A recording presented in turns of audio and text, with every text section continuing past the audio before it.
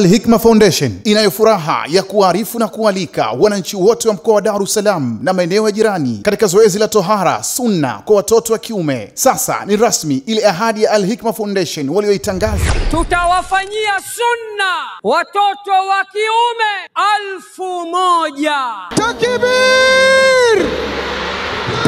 Takbir!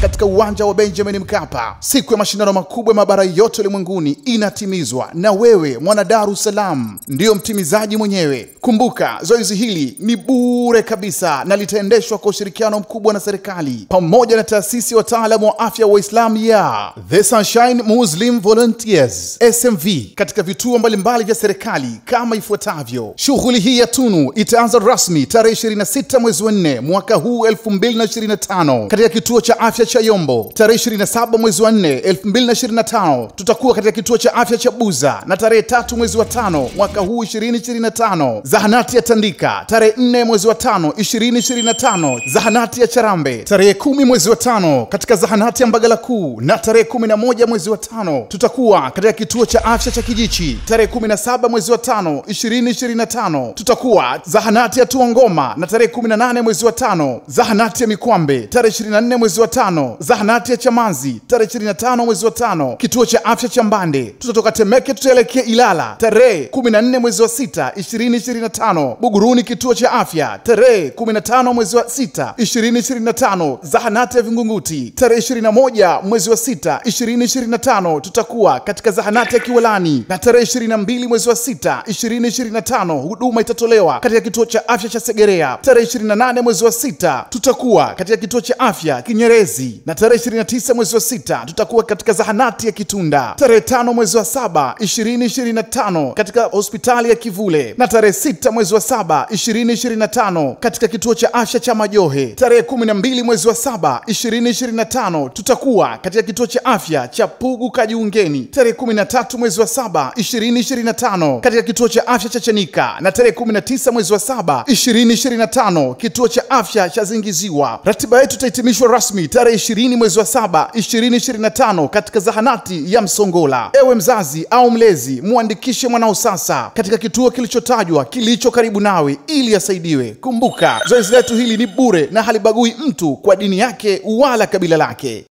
Kishki TV, nuru ya dini yako.